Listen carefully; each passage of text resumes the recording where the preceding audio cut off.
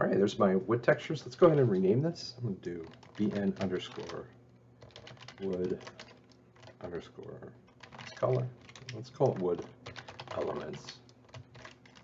Remember, use your initials, right? I'm renaming these. ORM and normal. And I'm just abbreviating those later letters, right? That's how I'm getting these names. All right, so we'll come here to 3ds Max. Let's open our material editor. There's our wood.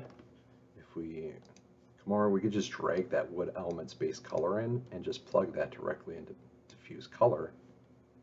And now we can see how it looks on our meshes. All right, so last thing, let's go into element and we're gonna click on this piece here.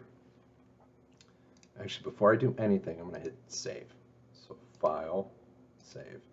I'm gonna do file, save as. I'm gonna hit the plus sign so I save another version. Now, this is Wood Elements 02. I'm gonna click on this piece over here and do detach. But I'm going to click the little dialog next to it because I want to detach it as an object. I'm going to call it plank underscore 01 and hit OK.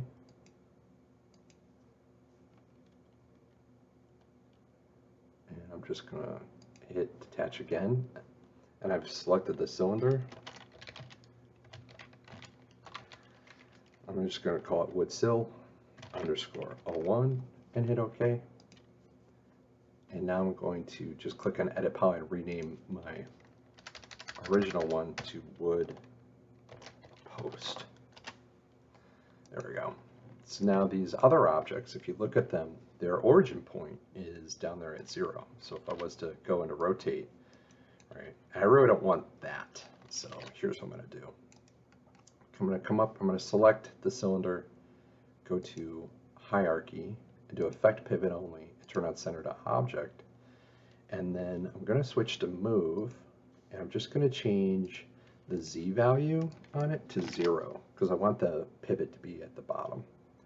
And now with effect pivot only still on, I can just select the plank and say center to object, and again just change that Z value to 0. And keep in mind I'm also in move when I do that. Right click, and now I can save. And this is a good point to stop this tutorial. We've made our wooden pieces. The next tutorial is going to pick up with how do we actually take these and start building something. And we're going to build more than one object using these.